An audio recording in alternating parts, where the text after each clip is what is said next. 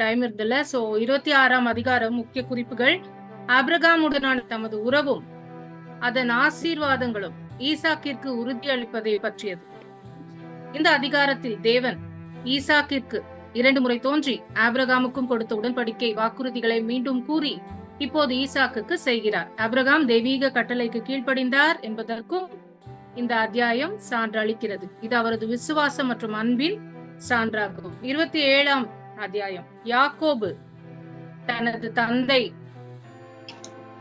ஈசாக்கை எவ்வாறு ஏமாற்றி தனது சகோதரன் ஏசாவிடமிருந்து ஆசீர்வாதத்தை திருடினார் என்ற கதையை சொல்லும் அத்தியாயமாகும். வயதானவரும் குருடனுமாயிருந்த ஈசாக்கை ஏமாற்ற ரெபேக்காள் யாக்கோபுக்கு உதவியதாலும் யாக்கோபின் துரோகத்திற்காக ஏசா அவனை வெறுத்ததாலும் ஈசாக்கின் குடும்பத்தின் மீதான இயலாமையையும் விசுவாசமின்மையையும் இந்த அதிகாரம் காட்டுகிறது. ஆபிரகாமுக்கு கொடுத்த வாக்குத்தத்தத்தையும் ஆசீர்வாதத்தையும் சுதந்தரிக்க யாக்கோபை அவர் ஏற்கனவே தேர்ந்தெடுத்திருந்ததால் கடவுளின் சர்வ ஞானத்தையும் இறையாண்மையையும் இந்த அதிகாரம் வெளிப்படுகிறது.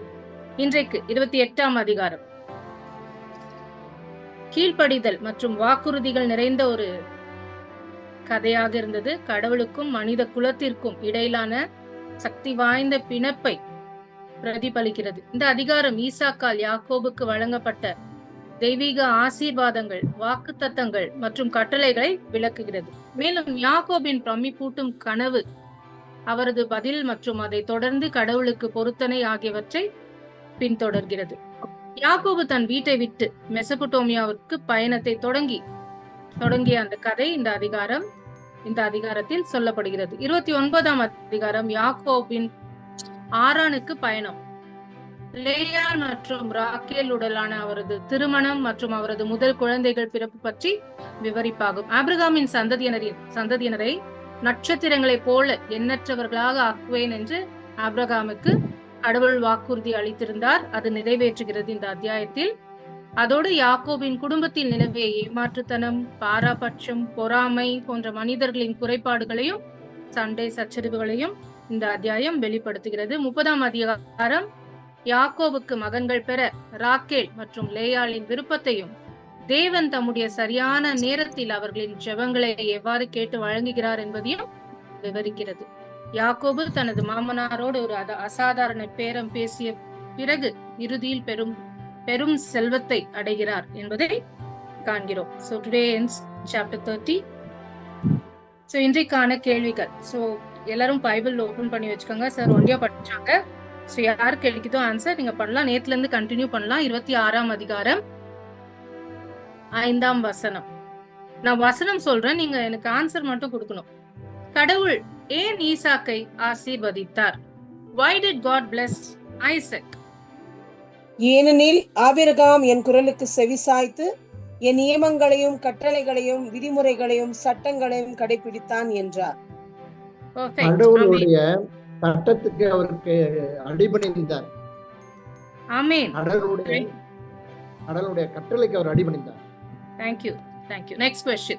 ஏசாவை ஆசீர்வதிப்பதற்கு முன் தன்னை எதை கொண்டு வரும்படி ஈசாக்கு அவர் கேட்டார்? 27ஆம் அத்தியாயம் 4ஆம் வசனம். What does Isaac request Esau to bring him before he gives him the blessing?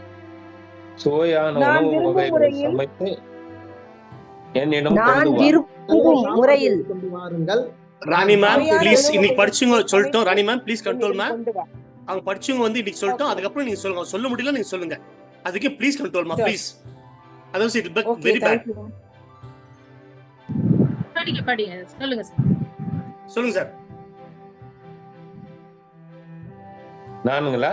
ஆமாங்க. சொல்லுங்க. நான் விரும்பும் முறையில் சுவையான உணவு வகைகளை சமைத்து என்னிடம் கொண்டு வா.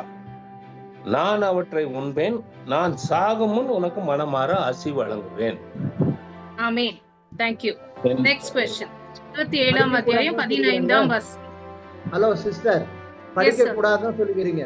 இரண்ட பொருள் கருத்து சொல்லுன்னு சொல்லியிருக்கிறீங்க. புரியல சார். என்னங்க? நீங்க திரும்பவும் வசனத்தையே படிக்காதீங்க. இல்ல, அது வசனம் ஆன்சரா இருந்தா படிங்க. பட் அதுல இருக்கிற ஆன்சர் எனக்கு சொல்லலாம். கரெக்ட். உங்களுக்கு சொந்தமா தெரிஞ்சா சொல்லுங்க. தெரியலனா அந்த ஆன்சர் படிங்க. நான் ஆன்சர் ஒரு பகுதி தான் இருக்கும். ஒரு சிலர் ஃபுல் வசனம் படிப்பாங்க, அதால சொல்றது. பட் இது கரெக்டான வசனம். நான் விரும்பும் முறையில் சுவையான உணவு வகைகளை சமைத்து என்னிடம் கொண்டு வா, நான் அவற்றை உண்பேன், பிறகு ஆசீர்வதிப்பேன் என்று ஈசாக்கு சொன்னார். கரெக்ட். Next question. ஈசாக்கை ஏமாற்றுவதற்காக ஏசாவின் உடையில் எந்த பகுதியை யாக்கோபு அணிந்திருந்தார்? 27ஆம் அத்தியாயம் 15ஆம் வசனம். What part of Esau's attire did Jacob wear to deceive Isaac?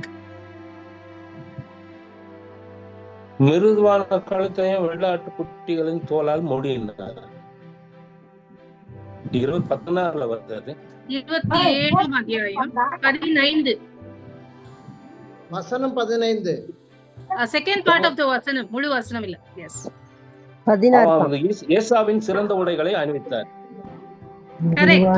கழுத்தை வெள்ளாடு கரெக்ட். அவர் சொந்த வாக்கியத்துல சொன்னாரு. அவருடைய பெஸ்ட் அட்டையர் அவங்க அம்மா ரெபேக்கா அவர் அணிய வச்சு அவங்க அப்பா கிட்ட அனுப்பிச்சாங்க. Correct. Thank you sir. Next question. 27ஆம் அத்தியாயத்துல நம்பர் வை ஒரு நிமிஷம் ஆன்ல கட்ட மாதிரி. என்னமா?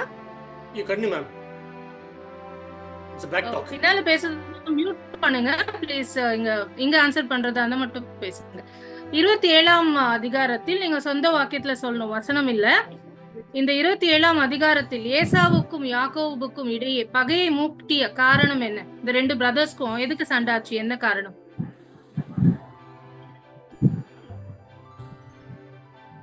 யார் என்ன சொல்லுங்க. தலைமகன் என்ற ஆசீர்வாதத்திற்காக. கரெக்ட். தலைமகன் ஆசீர், ஸ்டோலன் பிளெஸிங். அவருடைய தலைமகன் என்ற ஆசீர்வாதத்திற்காக. எஸ், அவருடைய அண்ணாவுடைய தலைமகன் ஆசீர்வாதத்தை இவர் பெறுவதற்காக வேண்டி ரெண்டு பேருக்கும் சண்டாச்சு. தேங்க்யூ. Next question. ஈசாக்கு யாக்கோபுக்கு என்ன ஆசீர்வாதத்தை அளிக்கிறார்? 28ஆம் அத்தியாயம் 3ஆம் வசனம். What blessing does Isaac bestow on Jacob?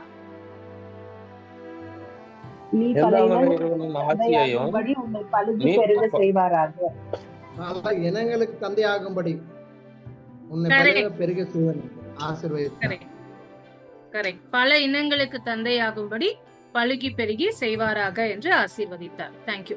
Next question. 28ஆம் அதிகாரம் 13ஆம் வசனம். யாக்கோபின் கனவில் ஏணிக்கு மேலே நின்றவர் யார்? In Jacob's dream, who stood above the ladder? 28:13. ஆண்டவர். ஆமென். தேங்க்யூ. Next question. பெத்தேல் என்ற அர்த்தம் என்ன? பெத்தேல் என்றால் என்ன? 28ஆம் அதிகாரம் 17ஆம் வசனம். லூஸ்.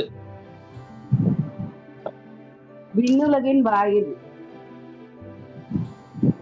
சார் நீங்க என்ன சொன்னீங்க? ஜோரா சொல்லுங்க. என்னுடைய லேப்டாப் வால்யூம் கம்மி, கொஞ்சம் ஜோரா சொல்லுங்க. விண்ணுலகின் வாயில்.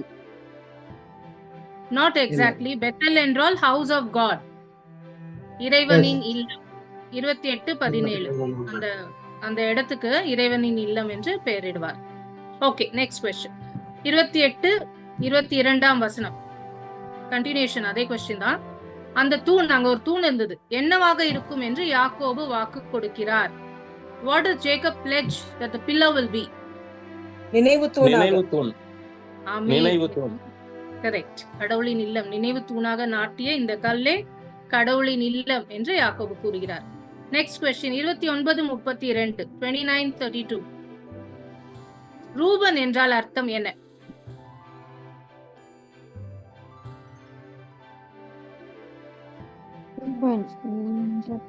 What does Reuben mean? 29 chapter 32. லியால் வந்து அன்பு கூறுவார் என்பது. என் கணவர் என் மீது அன்பு கூறுவார். இல்ல. 29ஆம் அத்தியாயம் 32ஆம் வசனம். அவங்க ஆண்டவர்கிட்ட அழுவாங்க குழந்தைக்காக. ஆண்டவர் என் தாழ்நிலையை கண்ணோக்கினார். கரெக்ட். ஆண்டவர் என் தாழ்நிலைமையை கண்ணோக்கினார். Lord has seen my misery. Ruban என்றால். Okay, next question. Thank you. யூதா என்றால் அர்த்தம் என்ன? 29:35. 29:35. ஆண்டவரை நான் மாட்சிப்படுத்துவேன். கடவுளை மகிமைப்படுத்துவேன். ஆமென். ஆண்டவரை நான் மாட்சிப்படுத்துவேன். Correct. Thank you. So last question for the day. லாபானிடமிருந்து கூலியாக 30ஆம் அத்தியாயம் 32ஆம் வசனம். லாபானிடமிருந்து கூலியாக வாங்கும் ஆட்டுக்குட்டிகளுக்கு யாக்கோபு என்ன வித்தியாசமான குணாம்சத்தை தேர்ந்தெடுக்கிறார்? கலப்பு நிறம், புள்ளிய புள்ளியுடைய செம்மறியாடுகள், புள்ளியோ கருப்பு நிறமுடைய கருப்பு நிறம் கொண்ட ஆட்டுக்குட்டிகள், புள்ளியோ கருப்பு நிறமோ உடைய வெள்ளாடுகள் தனியாக பிரித்தார். Correct, that is the answer. Very good. Spotted and speckled. So thank you. எல்லாம் ஆன்சர் பண்ணீங்க, பியூட்டிஃபுல்லா படிச்சீங்க. Thanks to all the families for answering, for patient listening. God bless. Good night. Thank you. Thanks to Arukyadas and family. Thank you, sir. Good night. Good night to all. Thanks, madam. Thank you. Thank you.